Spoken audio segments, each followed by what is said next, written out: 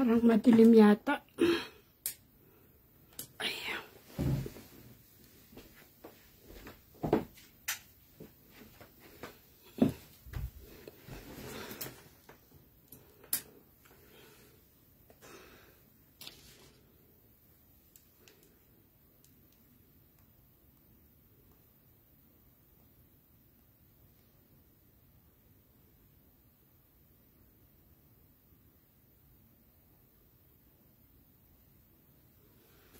Ayan, good morning po.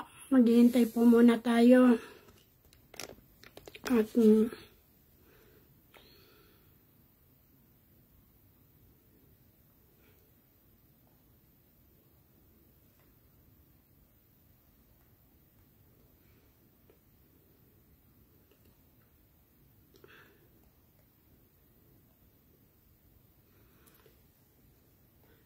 magandang umaga po. Maghintay-hintay po muna tayo ng konti at dadalawa pa lang po yung 2 million pa lang po yung viewers natin. Hello po, Pastor Sam and Sis Salve. Invite, share po tayo. Hello po, Sis Weng. Good morning po. Mag-invite po tayo, mag-share po tayo. Spread the word of God.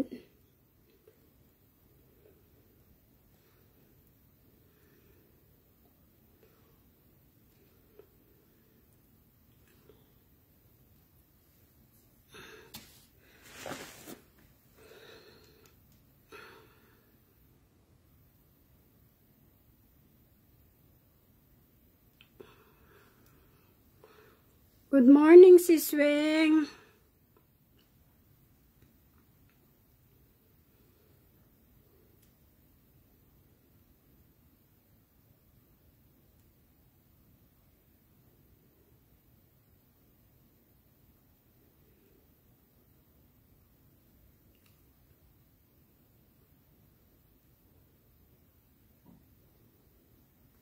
Hello po sa 2 million viewers natin. Good morning po. Isang pinagpalang umaga po sa ating lahat. Invite po tayo. Share and tag. Salamat po.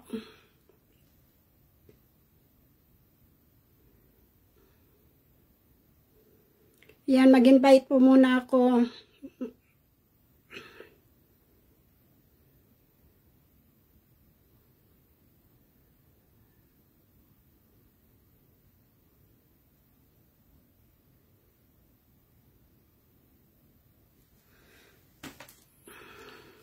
Hello, Sis Flor.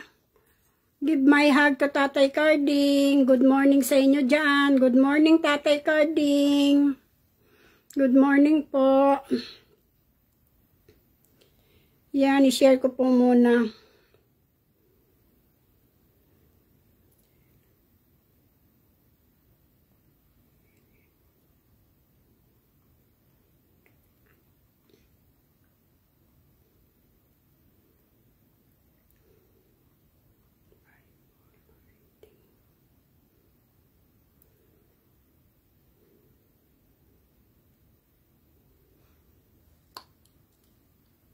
Hello po.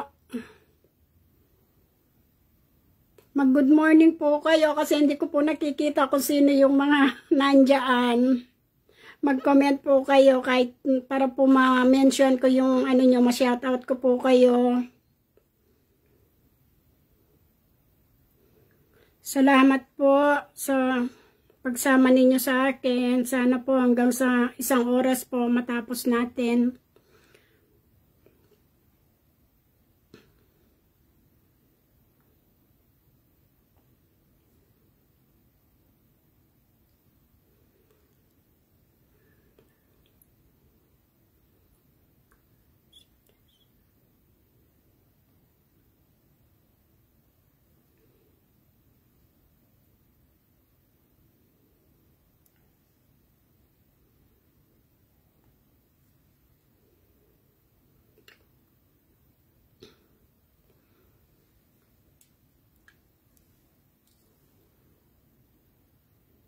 Hello, Sis Leia.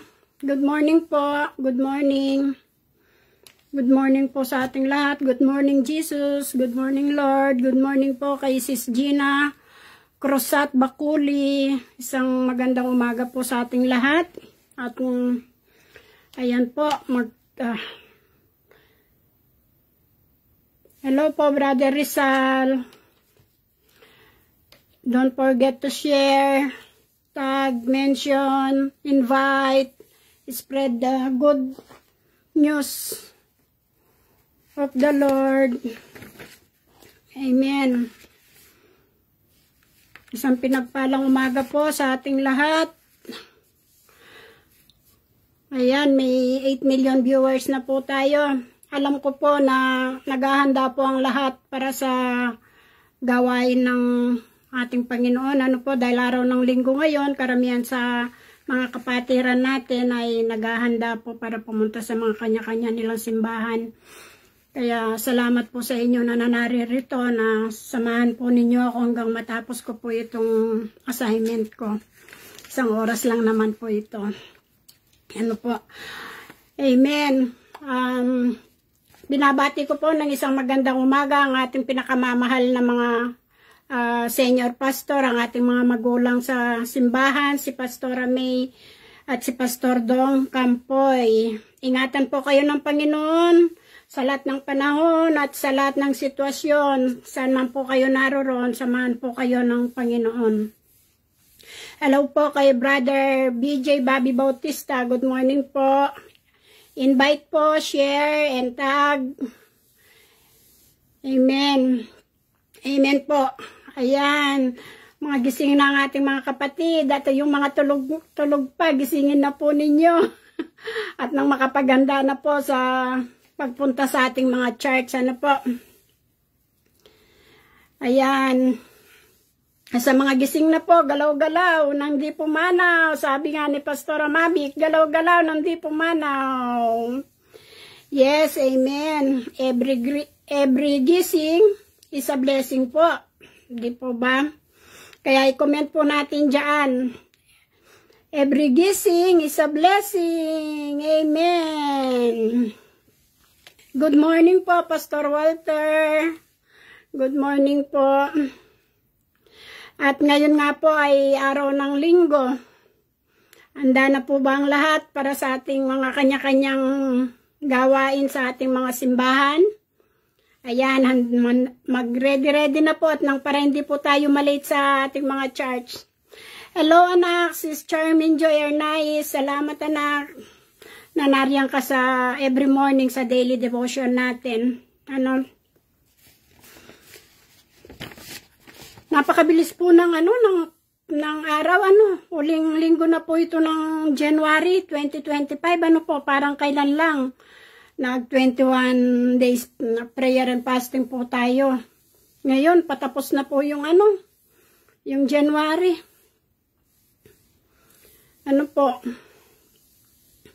Maganda po talaga pag maaga tayo sa church para po makapag-join tayo sa pray and worship po ng ating Panginoon. Masarap po yung hindi tayo na-delay pagpunta sa simbahan.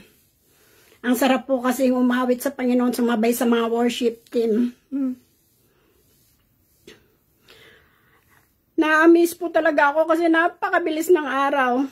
Next week, February na po, Kaya dapat maging mabilis din po tayong sumunod sa pinapagawa ng Diyos sa ating mga buhay, sa ating place of assignment. Magmadali po tayo dahil napakabilis po ng panahon, ng araw. Hindi natin hawak ang ating buhay. Kaya kung ano po yung purpose natin, ay gawin na po natin ng mabilis at ng madali.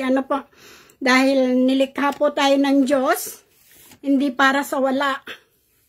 Amen po ba? Lahat po tayo ay may purpose dito sa mundo. Sabi nga po sa Proverbs chapter 16, verse 4, the Lord has made everything for its purpose.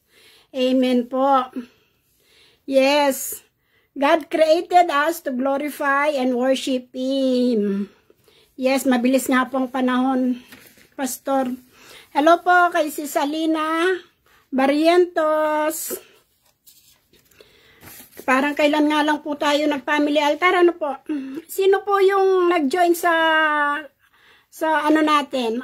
Last December na 21 prayer and fasting po. Ayan. Di po ba gumawa tayo ng mga prayer request? Ako po kasi gumawa ko ng prayer request. Hello, Sis Kasing. Hello po, kung pwede lang po sana kayong umawit, Sis Kasing, simulan ninyo ng awit. Ayun po, yung po mga prayer request natin nung nag-21 prayer and fasting po tayo nung December. Nagsulat po talaga ako. Nung isang araw po, habang nag-aaral po ako nitong assignment kong ito, binuksan ko po yung notebook ko. Oh, praise God! 3 na po pala yung answered prayer ko dun sa mga prayer request ko po doon. Kaya kung kayo po ay nagsulat, i-check po ninyo yung mga prayer request ninyo. Baka mamaya may mga answered prayer na po kayo. Kaya salamat po talaga sa Diyos. Tunay nga po ng ating Diyos ay nakikinig siya sa ating mga prayer. Tumutugon po siya sa ating mga prayer. Ako po, ang dami ko po palang sinulat doon na hindi ko po namamalayan, hindi na para sa sarili ko yung iba, para sa ibang tao na. So, ang dami ko pong prayer request nung binalikan ko po yung notebook ko at ang dinadalangin ko po na mga prayer request na yon ay tugunin lahat ng Panginoon. Yun nga po, 3 na po yung answered prayer ko doon sa prayer request ko. Kayo po, may answered prayer na po ba kayo doon sa mga sinulat ninyo nung nag-21 prayer and fasting po tayo? I-check po ninyo yung notebook ninyo. Ayan, salamat po talaga sa Diyos. Salamat po sa mga buhay ng mga naririto. Ayan, sa pagkagising sa umaga, syempre, kailangan po magkape muna. Magkape. Kape. Kausapin ang Panginoon everyday. Ayun, habang nagkakape tayo, kausapin ang Panginoon everyday. Ayun din po ang meaning ng kape. Ang K, kausapin ang Panginoon everyday. Kaya pala tayo nagkakape tuwing umaga. Amen. Tunay nga po, yung pagkagising natin tuwing umaga ay pagpapala na. Na may hininga pa tayo, may buhay pa tayo. Kaya tuwing umaga po, kailangan po nating pasalamatan ng Panginoon na ginising pa tayo at may buhay pa tayo. Papupurihan siya. Amen po. Sandali po at i-on ko yung isa kong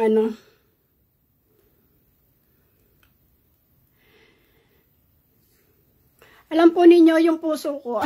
Talagang mahilig po akong kumanta, umawit, lalo na sa papuri sa Panginoon. Pero ang awit hindi mahilig sa akin. Ako lang po yung mahilig. Pero Lord, yes Lord, sa umagang ito, Panginoon, papupurihan kita, O Lord, aawitan kita, O Lord. Salamat, Panginoon. Hindi man maganda ang aking tinig, O Lord. Pero ito'y galing sa puso ko, Panginoon. At namnamin na lang po natin ang lyrics ng aking aawitin. Bago po ako magbasa ng Bible, bago po ako magbasa ng salita ng Diyos. Amen. Sa umaga pagkagising, ngalan mo'y pupurihin. Puso ko'y laging may awit para sa'yo. Lagi kong nararanasan katapatan mong walang hanggan. Pag-ibig mo'y laging sariwa sa araw-araw. Di ako magsasawang purihin ka. Buong puso't lakas, minamahal kita. laging aawitin pag-ibig mo sa akin, Panginoong Yesus, purihin ka. Sa umaga pagkagising, ngalan mo'y pupurihin,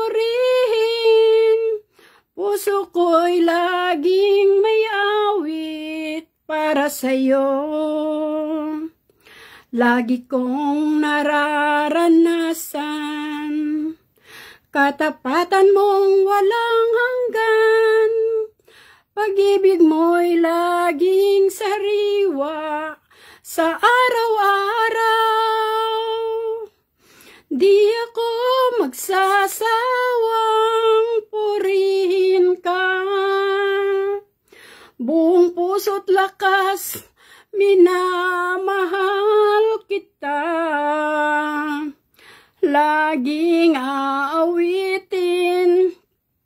pag-ibig mo sa akin, Panginoong Yesus, purihin ka. Di ako magsasawang purihin ka, buong puso't lakas minamahal kita. Laging aawitin pag-ibig mo sa akin, Panginoong Yesus, purihin ka. Panginoong Yesus, purihin ka. Yes, Lord. Ang pag-ibig mo sa amin, Panginoon, ay laging sariwa sa araw-araw, Panginoon. Wala kang sawa, Panginoon. Walang sawa mo kaming minamahal, Panginoon. Salamat, Panginoon. Tunay nga, Panginoon, na ang aming hininga at buhay ay nanggagaling sa iyo, Panginoon. Sa bawat gising nga po namin, O Lord, ay isang pagpapala, isang blessings, Panginoon. Hallelujah, hallelujah, Lord. Hallelujah, Jesus. Oh, hallelujah, hallelujah, Jesus. Hallelujah, Lord. Linisin mo po ang aking puso, Panginoon. Patawarin mo po kami sa aming mga pagkakasala, O Lord. Kung kami nagkasala sa isip, sa salita at sa gawa, Panginoon, at samahan mo po kami ngayon, Panginoon, sa aming pagbabasa, O Lord. Ikaw ang manguna, O Lord. Ikaw ang manguna, Panginoon. Nilagay mo, Panginoon, ang iyong mga salita sa aking mga labi, Panginoon. Salamat, O Lord, sa wisdom, knowledge, and understanding, Panginoon, na iyong ipagkakaloob sa akin. Gayon din po, Panginoon, sa mga makakarinig nito, Panginoon, sa mga nanonood, O Lord, ipagkaloob mo ang pagpapala sa kanila, O Lord, at nawa, Panginoon, ang aming marinig, Panginoon, sa oras na ito, Panginoon, ay ito'y aming malakaran. Salamat, O Lord, salamat sa presensya ng iyong Holy Spirit. Salamat, Panginoon, sa oras na ito, sa privilege, Panginoon, na pinagkaloob mo sa akin, Panginoon. Oh, hallelujah, Lord, hallelujah. Tunay nga, Panginoon, ako hindi karapat-dapat, Panginoon, pero ako'y pinili mo, oh Lord. Salamat, Panginoon, sa transition for open doors, Panginoon. Salamat po, Panginoon, sa oras na ito. Thank you, Lord. Thank you, Jesus. Ayan po, kung meron po tayong mga Bible dyan, samahan po ninyo akong magbasa sa Pilipos chapter 4. Ano po? Ayan. Diyan po sa mga bagong pasok. Hello po kay Maxwell de la Cruz ng Iligan City. Ayan, salamat. Ayan, i-share ninyo dong. I-share ninyo para maraming makarinig ng salita ng Diyos. Ayan po, nakita na po ba ninyo? Samahan po ninyo, sabayan po ninyo kung magbasa sa Pilipos chapter 4. Kaya nga, mga kapatid kong minamahal at pinananabikan, aking kagalakan at karangalan sa ganitong paraan ay magpakatatag kayo sa inyong pamumuhay na nakaugnay sa Panginoon. Nakikiusap ako kina Euodia at Sintike na sila'y magkasundo na bilang magkapatid sa Panginoon. Ipinapakiusap ko rin naman sa iyo, tapat kong katuwang, tulungan mo ang dalawang babaeng ito. Sila man ay kasama kong nagpagal sa pagpapalaganap ng magandang balita. Kasama si Clemente at ang iba pang kamanggagawa ko. Ang mga pangalan nila ay nakasulat sa aklat ng buhay. Verse 4, magalak kayong lagi sa Panginoon. Inuulit ko, magalak kayo. Ipadama ninyo sa lahat ang inyong kabutiang loob. Malapit nang dumating ang Panginoon. Verse 6, huwag kayong mabalisa tungkol sa anumang bagay. Sa halip, hingin ninyo sa Diyos ang lahat ng inyong kailangan sa pamamagitan ng panalangin may pasasalamat. At ng kapayapaan ng Diyos na hindi kayang maunawaan ng tao, ang siyang mag-iingat sa inyong puso at pag-iisip dahil sa inyong pakikipag-isa kay Kristo. Verse 8, bilang pagtatapos, mga kapatid, lagi ninyong isaisip ang mga bagay na karapat-dapat at kapuri-puri, mga bagay na totoo, marangal, matuwid, malinis, kaibig-ibig at kagalang-galang. Isagawa ninyo ang lahat ng inyong natutunan, tinanggap, narinig at nakita sa akin. Sa gayon, sa inyo ang Diyos na nagbibigay ng kapayapaan. Verse 10, labis akong nagagalak sa Panginoon sapagkat pagkaraan ng mahabang panahon, minsan pang ipinamalas ninyo ang inyong pagmamalasakit sa akin. Alam kong hindi ninyo ako nalilimutan. Wala nga lamang kayong pagkakataong ipamalas ito. Verse 11, hindi ko sinasabi ito dahil sa kayo'y pinaghahanapan ko ng tulong. Natutunan ko ng masiyahan, maging anuman ang aking kalagayan. Alam ko kung paano magikahos, alam ko rin kung paano managana, natutunan ko na ang sikreto kung paano masiyahan sa anumang kalagayan sa buhay. Ang mabusog o ang magutom, ang managana o ang maghirap. Ang lahat ng ito'y magagawa ko dahil sa lakas na kaloob sa akin ni Kristo. Verse 14, gayunman, ikinagagalak ko ang inyong pagdamay sa aking mga paghihirap. Alam naman ninyo, mga taga-Filipos, na kayo lamang ang iglesyang tumulong sa aking mga pangangailangan nang umalis ako sa Macedonia, nung ako'y nagsisimula pa lamang sa pangangaral ng magandang balita. Verse 16, nung ako'y nasa Thessalonica na, makailang ulit ding pinadala ninyo ako ng tulong. Hindi sa hangad kong laging tumanggap ng mga kaloob, kundi ang nais ko ay makatanggap kayo ng masaganang gantimpala. Verse 18, ang liham na ito, ang pagkilala sa lahat ng mga kaloob ninyo sa akin. Higit pa sa pangangailangan ko, ang tulong ninyo sa akin na hatid ni Epaprodito, ang mga ito ay tulad ng mabangong handog sa Diyos. Mga alay na katanggap-tanggap at kalugod-lugod sa Kanya. At buhat sa hindi maubos na kayamanan ng Diyos, ibibigay niya ang lahat ng inyong kailangan sa pamamagitan ni Kristo.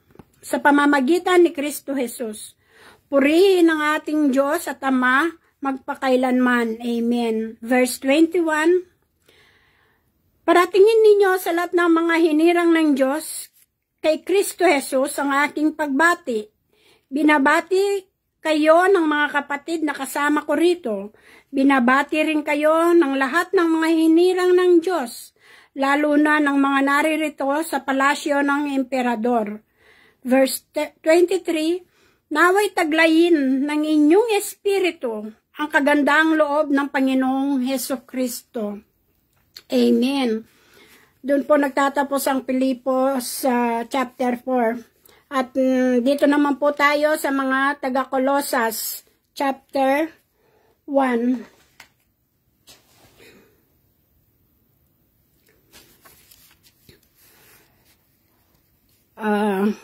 Mga taga-Kolosas, chapter 1. Mula kay Pablo, apostol ni Kristo Jesus, ayon sa kalooban ng Diyos, at mula rin sa kapatid nating si Timoteo. Para sa mga taga-Kolosas na hinirang ng Diyos at mga tapat na kapatid kay Kristo, sumainyo nawa ang kagandaang loob at kapayapaang mula sa Diyos na ating Ama.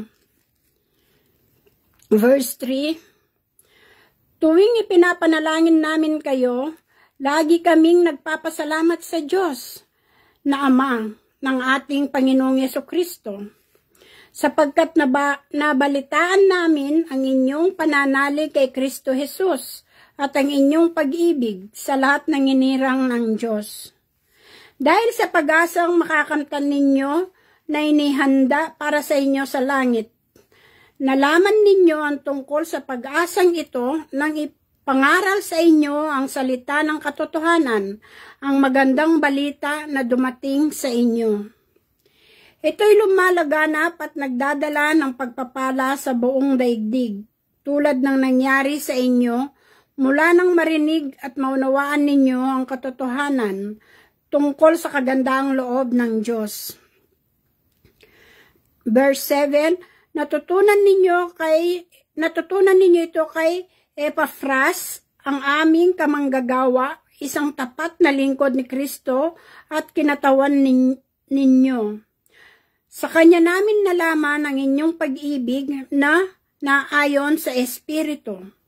Kaya't mula nang marinig namin ito, patuloy naming idinadalangin sa Diyos na sana'y ipaunawa niya sa inyo ng lubusan ang kanyang kalooban sa pamamagitan ng karunungan at pangunawang kaloob ng Espiritu. Sa gayon, makakapamuhay na kayo ng karapat-dapat at kalugod-lugod sa Panginoon. Sasagana sa lahat ng uri ng mabubuting gawa at lalawak ang inyong pagkakakilala sa Diyos. Idinadalangin din namin patatagin niya kayo sa tulong ng kanyang dakilang kapangyarihan upang inyong tiis na masaya at may pagtitiyaga ang lahat ng bagay. Lagi kayong magpasalamat sa Ama sapagkat minarapat niyang makabahagi kayo sa mga pangako ng Diyos para sa mga hinirang na nasa liwanag.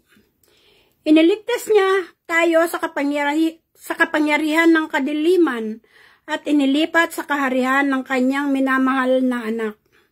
Sa pamamagitan niya ay napalaya tayo sa makatuwid, ay pinatawad ang ating mga kasalanan sa pamamagitan ng kanyang dugo. Verse 15, si Kristo ang larawan ng Diyos na di nakikita. Siya ang panganay na anak at pangunahin sa lahat ng mga nilikha. Sapagkat sa pamamagitan niya, ay nilikha ang lahat ng nasa langit at nasa lupa, nakikita man o hindi, pati ang mga espiritual na kapangyarihan, paghahari, pamamahala at pamumuno. Ang lahat ay nilikha ng Diyos sa pamamagitan niya at para sa Kanya. Siya ang una sa lahat at ang buong sansinukob ay nananatiling nasa kaayusan sa pamamagitan niya. Siya ang ulo ng iglesia. Siya ang ulo ng iglesia na kanyang katawan. Siya ang pasimula, siya ang panganay na binuhay mula sa kamatayan upang siya maging pangunahin sa lahat. Sapagkat minarapat ng Diyos ng buo niyang kalikasan ay manatili sa anak. At sa pamamagitan ng anak, niloob ng Diyos ng lahat ng bagay, maging sa langit o sa lupa, ay ipagkasundo sa Kanya. Nakamtan ng kapayapaan sa pamamagitan ng dugo ng kanyang anak na inialay sa krus. Verse 21,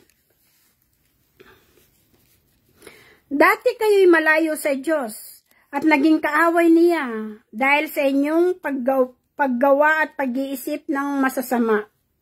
Ngunit naging tao ang anak ng Diyos at sa pamamagitan ng kanyang pagkamatay ay ipinagkasundo kayo sa Diyos, nang sa gayon ay maiharap niya kayong banal, walang kapintasan at walang dungis. Subalit kailangan ninyong manatiling tapat at matatag sa inyong pananampalataya, at huwag pabayaang mawala ang pag-asang dulot ng magandang balita na inyong narinig. Niloob ng Diyos na ako si Pablo ay maging lingkod para sa magandang balitang ito na ipinapangaral sa lahat ng tao sa buong daigdig. Verse 24,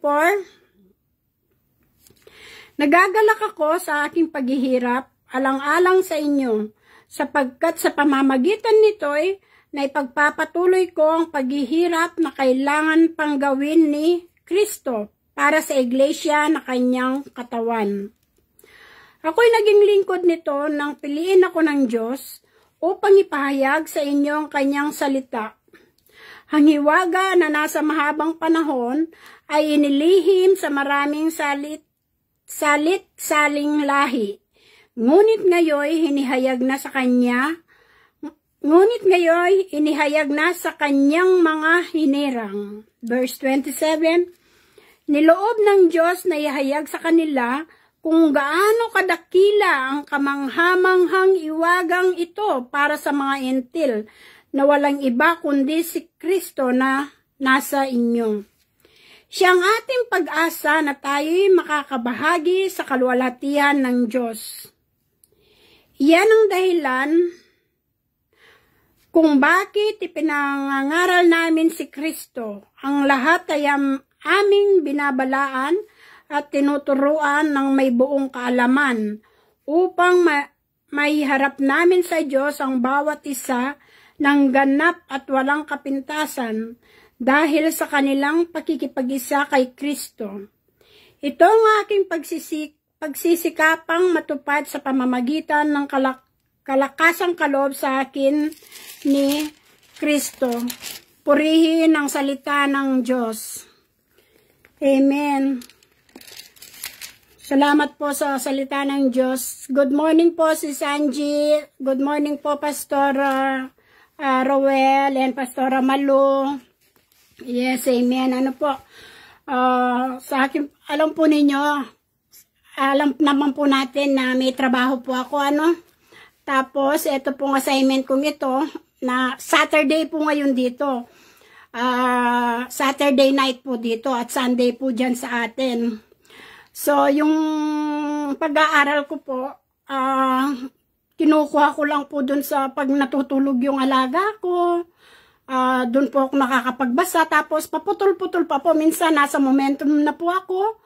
Bigla akong tatawagin ng alaga ko kasi, ayun, may uutos. Pupunta ng banyo, whatever. Alam po ninyo yon, nasa momentum ka na. Tapos, biglang tatawagin ka. Tapos, kanina po may mga bisita din kami. Kaya po yung pag-aaral ko po talaga medyo mababaw pa lang po pero salamat po talaga sa Diyos dahil doon nga po sa transition for offenders. Ano po, salamat po talaga, isa po ito ang pinagkaloob ng Panginoon sa akin. Sino po ba ako para tumanggi? Ano po, kaya nung binigay po itong assignment sa akin every Sunday po, Saturday po dito, nag-yes po kagad ako kahit alam ko pong wala pa po talaga akong masyadong kakayahan. Pero sa tulong po ng ating Panginoon, ng Holy Spirit, lagi ko pong hinihiling ang presensya ng Holy Spirit, lagi ko pong hinihiling ang karunungan, ang bigyan po ako ng matalas na memorya, kasi po, siyempre may edad na, medyo maano na po yung memorya nung magsi-60 na po ako next year. Pero salamat po talaga sa bagat biyaya ng Panginoon. Kahit panakaw-nakaw lang po yung, hindi nakaw, ano po yung pag-aaral ko, kasama ng aking pagtatrabaho. Yun nga po, minsan nag-aaral ako, pagtulog yung alaga ko, tapos nasa momentum na ako, tatawagin akong bigla, yung mga ganun po. Kanina po, totaling hindi ako nakapag-aral kasi may mga bisita po kami. Tapos naglinis pa po ako, gabi na po, ganun. Nag-pray na lang po ako, nasasamahan ako ng Holy Spirit. Ano po? Good morning po, si Sally and family. Ayun po, so nabasa ko po sa Pilipos sa chapter 4. Ganito po ang pagkakaintindi ko. At pakicorrect na lang po ninyo ako, kayo pong mga pastor natin dyan, kayo pong mas malalim na sa salita ng Diyos. Ano po, pero sa akin po, ito po yung pagkakaintindi ko. At dito po sa Pilipos, chapter 4, bali, tinuturuan tayo na maging madasalin, maging prayerful, ano po, at maging mabuti at laging magtiwala sa lakas at kapangyarihan ng Diyos. Yun po talagang ginagawa ko rin sa, itong assignment kong ito. Talagang nagtitiwala lang po ako sa Holy Spirit na sasamahan niya ako sa pagsasalita. Ano po. Kaya, yun po, yung nabasa ko po dun sa chapter, sa verse 4, chapter 5, ang sabi nga po doon na lagi daw po tayong magalak. Magalak po tayo lagi sa pakikinig sa ating Diyos. Magalak po lagi tayo sa pakikinig sa mga salita ng Diyos, sa mga pastor natin, pag may mga life group po tayo, may mga Bible study, lagi po tayong maging sabik sa pagdadalo sa mga ganong gawain. Ano po, ang ano ko po dito sa magalak po tayo lagi sa pakikinig sa ating Diyos. Dapat lagi tayong sabik na makipag-usap sa Kanya. Dahil ang Panginoon ay nagagalak at natutuwa pag tayo po ay nagkukwento o nakikipag-usap sa Kanya. Kasi po, may nakuha, sa pakikinig po talaga natin sa ating mga life group or sa mga gawain po natin, talagang may nakukuha po. Ito pong iba dito, doon ko rin po nakuha. Kaya, sabi nga po ni Sis Sally, narinig ko sa kanya noon na, everyday, pag kinakausap mo si Lord, kausapin mo si Lord. Kahit sabihin mo kung ano yung nangyari sa'yo sa maghapon, ikwento mo sa kanya, kung anong ginawa maghapon, kung anong nangyari. Ang sarap po pala, ang sarap po talagang sabihin. Minsan kasi, di ba, yung nagpipray po tayo, dumating din po kasi sa akin dati, yung pag nagpipray ako, parang paulit-ulit, yung ganun po, yung laging paulit-ulit po, pero galing sa puso. Pero minsan, nagiging boring na po na, Lord, bakit paulit-ulit na lang, ganun na lang palagi. Pero dapat po pala, lagi tayong magalak. At saka yun nga po, para palaging merong iba, yung nangyari sa atin sa maghapon, ikwento po natin sa Panginoon. No, mas masarap po pag isinusulat natin. Itinuro din po yan sa akin ni Jessica dati, 2 years ago, kasi po si Jessica, nagsusulat po talaga siya ng nangyayari sa buhay niya or nagsusumbong siya kay Lord, sinusulat po niya sa notebook. Ayun po, kaya kailangan po talaga magalak po tayo sa araw-araw sa pakikipagtagpo po natin sa ating Panginoon. Kung ano yung mga ganap natin sa maghapon, ikwento po natin sa Panginoon at siya po ay ang Diyos na laging handang makinig po sa atin at lagi po siyang may tugon sa atin. At kailangan din po, lagi nating bitbit ang pagiging mabuting tao bilang isang Kristiyano. Ano po? Dahil nga po, Kristiyano tayo, pag merong nakita sa atin na hindi maganda, sasabihin nila, Kristiyano ka pa naman, dapat, bakit ka ganyan? Di po ba? Bit-bit po talaga natin ang ating pagiging Kristiyano. So, kailangan po makikita talaga sa atin, sa mga buhay natin, ang mabuting tao, ang pagiging mabuting Kristiyano. Kailangan po talaga, nasabi nga po sa 1 Thessalonica, chapter 5,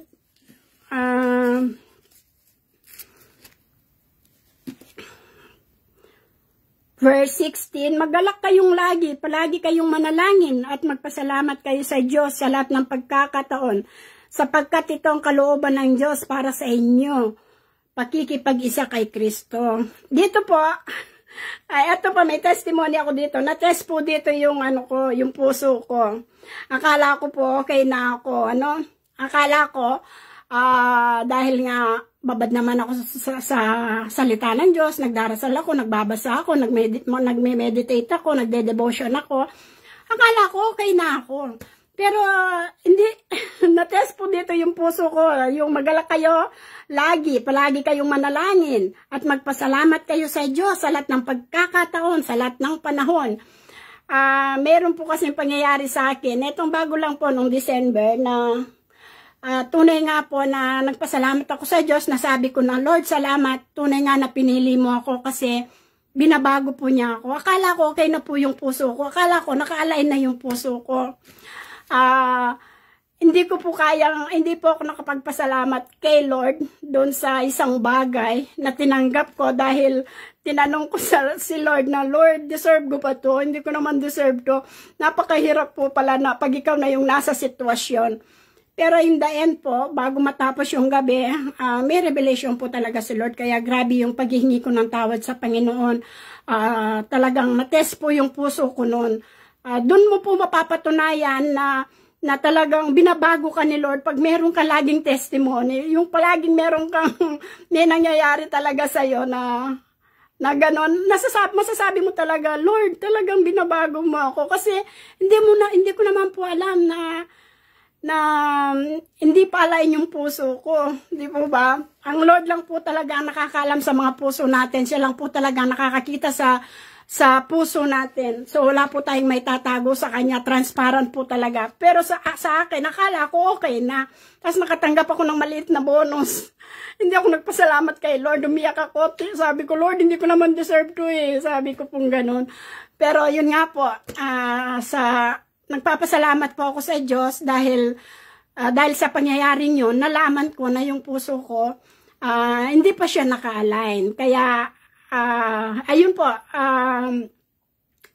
pinipilit, sinusubukan po na talagang kailangan po talaga sa lahat ng pagkakataon, sa lahat ng panahon, kanumang sitwasyon, kailangan po tayong magpasalamat sa ating Panginoong Yesus. Ano po?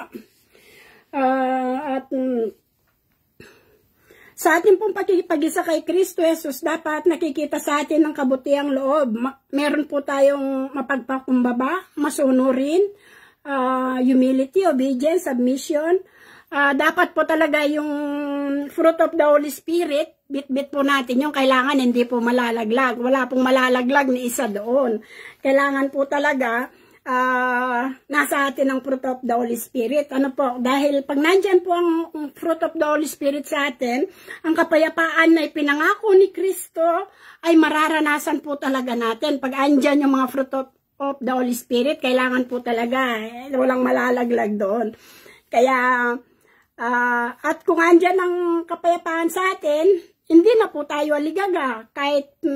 Kasi po ako naranasan ko yan, na dati wala po akong kapayapaan. Pero nung nakipag-isa na ako sa Panginoong Hesus, nagkaroon po ako ng kapayapaan sa puso. So, pag meron po tayong kapayapaan sa puso, hindi na po tayo aligaga. Wala na po tayong, sa totoo lang po, hindi tayo mag-aalala. Dahil alam natin na nandyan si Lord. Kahit dumating man yung mga sina Judith, sabay-sabay silang dumating, sila Judith, yung mga Judith natin dyan, na mga bayad sa bahay, electric, wifi, kung ano pa yan. Hindi po tayo mag-aalala, hindi po tayo aligaga. Dahil alam po natin na yan po ay ating malalampasan at yan po ay pagkakalob ng Panginoon sa atin. Di po ba sabi nga po sa Pilipos chapter 4 verse 6 na binasa natin kanina,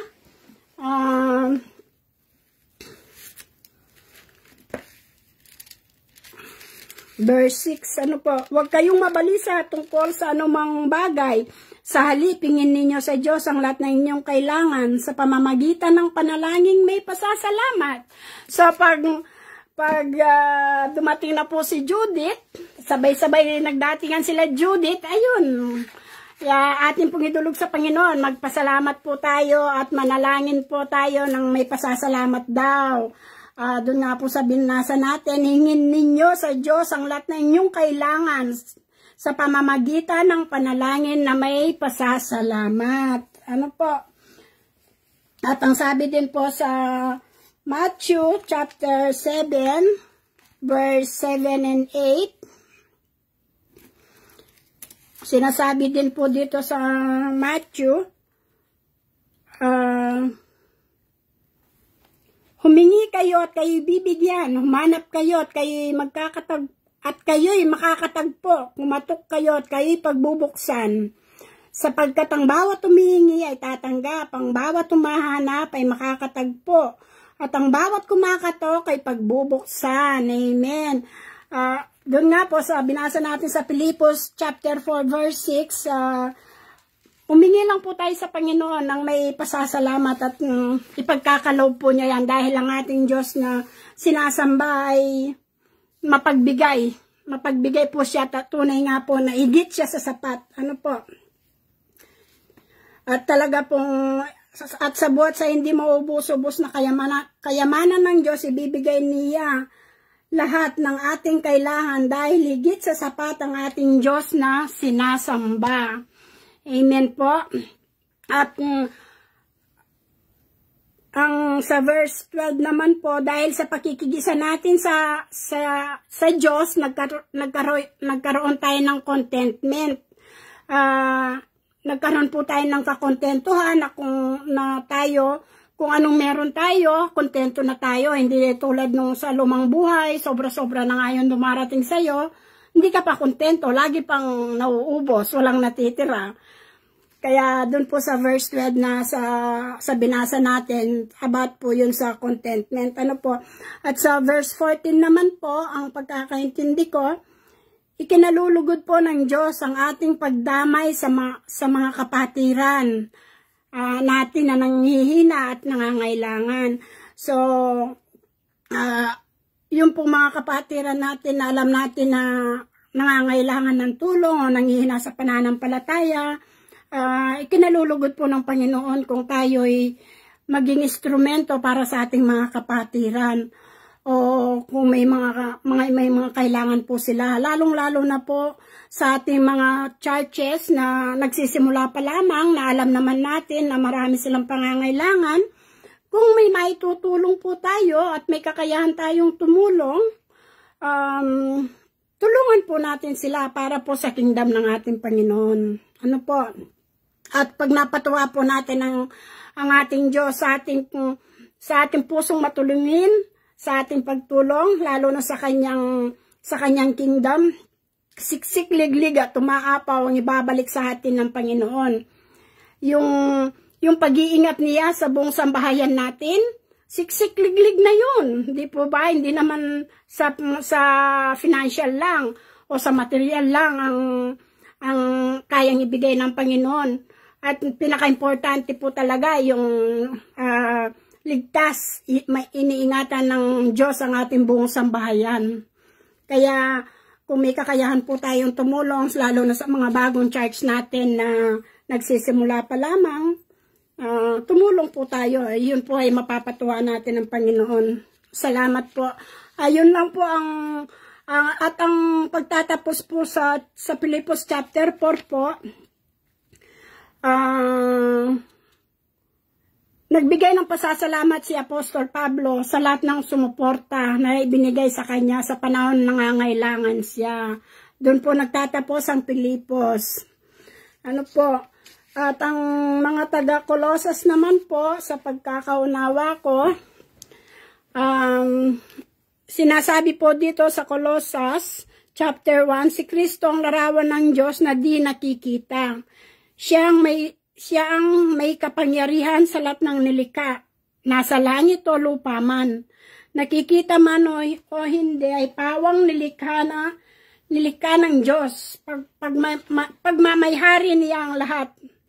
Tayo ay tagapamahala lamang. Kung anong meron tayo ngayon, galing po yon sa ating Panginoong Yesus. Dahil ang lahat-lahat po ng nasa lupa at langit ay nagmamayari po ay ang ating Panginoon. Ano po?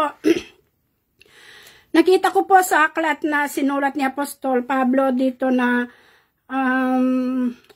lagi ko pong nababasa ito sa mga sinulat niya, ni Apostol Pablo, sa mga aklat na sinulat niya na itinutuwid niya ang maling katuruan na about kay Jesus. Ano po? Kasi po ang pagtanggap sa kanya, ang iba po kasi ang pagtanggap kay Jesus ay ang tunay na pagkatao lang niya, ngunit hindi ang kanyang pagiging tunay na Diyos. Tulad nga po ng mga Hudyo, tao lang talaga ang pagkakakilala nila kay Jesus. Hanggang ngayon nga po, inihintay pa nila ang Mesiya. Doon po talaga, itinutuwid po ni Apostol Pablo na nakita ko po talaga sa pagbabasa ko dito sa mga aklat niya na mas, yun po lagi yung nababasa ko na itinutuwid po niya ang mga maling katuruan. Kaya, so, yun po, nakita ko din po na yung mga unang tradisyon po na sinasabi ni Apostol Pablo, na yung mga unang tradisyon noon ay itakwil na po natin. Yun din po ang tinuturo niya sa atin na wag po tayong mistambay dun sa mga lumang tradisyon po natin. Alisin na po natin yun. Yung mga lumang tradisyon na yun. Yung mga nakasanayan natin dati. Dati po kasi ako, sa lumang buhay ko, mahilig din po ako sa mga horoscope. Sa araw-araw po, nagbabasa po ako ng horoscope ko. Parang doon ko na inaano yung kung anong mangyayari sa maghapon ko. Alam po ninyo ba yon? At mahilig din po ako magpahula dati. Sa lumang buhay ko po yon. Pero nung nabasa ko po sa Levitico at sa Jeremiah ang salita ng Diyos, nung nagsimula na po akong naging Kristiyano, nabasa ko po ito po sinasabi sa sa Leviticus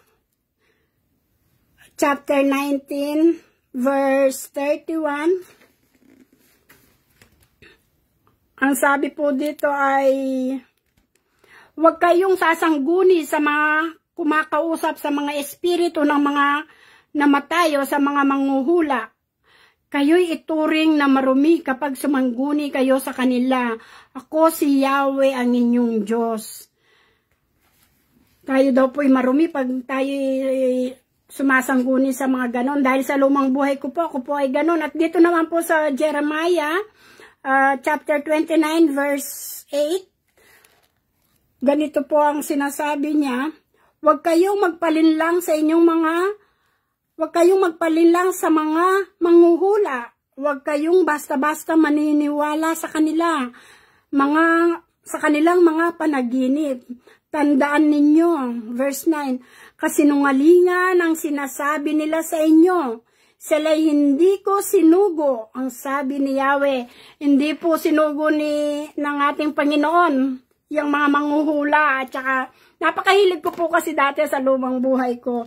Kaya yun po, itakwil na po, kung meron pa pong mga nakadikit na tradisyon sa buhay ninyo, itakwil na po ninyo yon dahil hindi po yon galing sa ating Panginoon. Ano po? Kaya dapat po talaga ay nasa tamang tao tayo, nasa tamang pagtuturo tayo, at ang mga napapakinggan po natin ay talagang mga tama po. Kaya maging matalino po tayo sa mga pinapakinggan o pinapanood natin para hindi tayo mapamali o malinlang ng kaaway. Ano po? Kailangan po talaga maging matalino po tayo dahil marami po ngayon ang magagaling magsalita, magagaling magturo. Kung hindi po tayo nagsasaliksik ng salita ng Diyos, at maagaw po tayo ng kaaway. Kaya kailangan po talaga, tulad po natin, the Hub of Christ, nasa tamang simbahan po tayo, nasa tamang tao tayo, kina Pastor Dong po tayo, Pastora May, mga tamang tao talaga na tinuturo talaga ang tama, ang mabuting balita, kung ano ang nasa Biblia, yun lang naman po yung tinuturo talaga nila. Ano po? Kaya Si Jesus ang pinanggalingan ng katotohanan at siya lamang daan ng kaligtasan na hayag ang kanyang kalooban sa kanyang salita. Ang Biblia po ay liham ng pag-ibig para sa atin, kaya dapat natin itong basahin paulit-ulit upang malaman natin ang kalooban ng Diyos sa mga buhay natin. Purihin po ang Diyos sa kanyang mga salita. Salamat po sa salita ng Diyos. Ano po? May naiintindihan po ba kayo sa mga sinasabi ko? Sana po may mga naiintindihan kayo. At kung ano naman po, pwede nyo akong i-message, at pwede po akong magpaturo. Sana po may naiintindihan kayo, ano po, at pasensya na po, yun lang po yung nakayanan ko po talaga. Pero purihin po talaga ang Diyos dahil binigyan po niya ako ng pagkakataon na magkaroon nito. Binigyan po niya ako ng assignment na ganito. Talaga pong nagbabasa po talaga ako, nagsusubsub po talaga ako sa salita ng Diyos, kahit po yun nga yung may pagkakataon lang, kasi nga po yung day off ko Sunday, yung assignment ko po eto Saturday po ngayon dito, Sunday naman po dyan sa atin. Ano po, anong oras na po ba? Hello sis Yogi, ayan, nakaisang oras din ako. Salamat Lord. Mag-closing prayer na po tayo. No? Hallelujah, hallelujah, hallelujah Lord. Hallelujah Jesus. Panginoon, maraming salamat po sa iyong mga salita na aming pinagsaluhan sa oras na ito. Patuloy mo pong patatagin ang aming pananampalataya sa iyo. Salamat Panginoon sa transition for open doors sa aming lahat Panginoon. Ingatan mo po ang bawat isa na bibiyahe ingatan mo po ang bawat isa na bibiyahe, Panginoon, na pupunta sa iyong panambahan, Panginoon. Salamat sa matagumpay na inyong gawain sa lahat ng The Hub of Christ, saan man sulok ng Pilipinas, at sa The Hub of Christ, Thailand.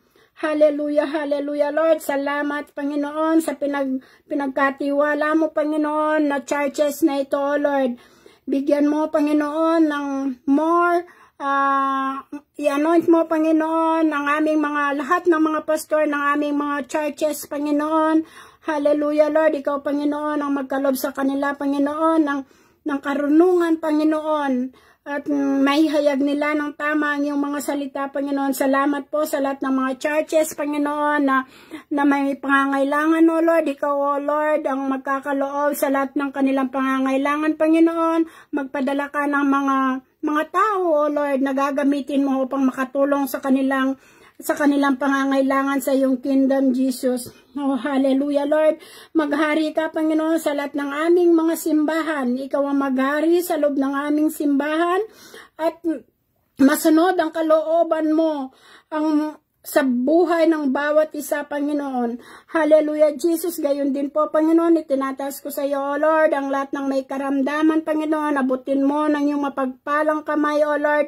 Iparanas mo sa kanila, Panginoon, ang kagalingan, Panginoon. Hallelujah, hallelujah, Jesus. Hallelujah, Lord. Ikaw, Panginoon, ang magpagaling sa kanila, Panginoon. At Lord, at sa kanilang kagalingan, Panginoon, ay maalala kanila, Lord, na ikaw lamang ang Diyos na tanging lalapitan nila. Salamat, Panginoon, sa lahat ng may karamdaman na pinagaling mo na, O Lord. Katagpuin mo sila, Panginoon, at bigyan ng kalakasan, O Lord. Gayon din po, Panginoon, sa mga taong wala pang kapayapaan, Panginoon, sa mga taong hindi ka pa nakakakilala, O Lord.